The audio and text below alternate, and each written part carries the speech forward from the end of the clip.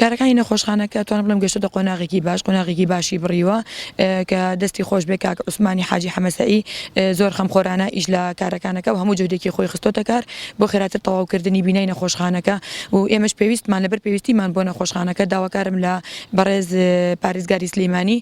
کە هاوکاریمان بکات بۆ خێراتر تەواوکردنی بینایی نەخۆشخانەکە ئەوەش لە ڕێگەی هاوکاریکردنی ئەو تەواوی ئەو ستافەی کە لە نەخۆشخانەکە کارەکەن چونکە بەڕاستی زۆربەی شتەکانی پێویستە کەرەستەکانی کە پێویستن بۆ بیناکە لە شارەکانی تری هەرێمی کوردستانەوە بێ بگاتە ئێرە ئەگەر ئەوان بتوان هاوکارمان بندەست نهێنە ڕێگەیان بۆ ئیزیاتر ئیشەکە خێراتر تەواو بکرێت.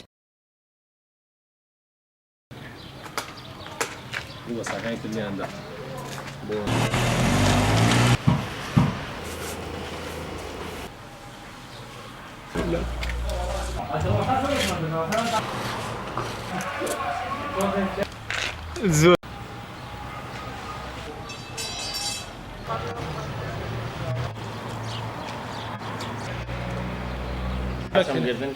ساعات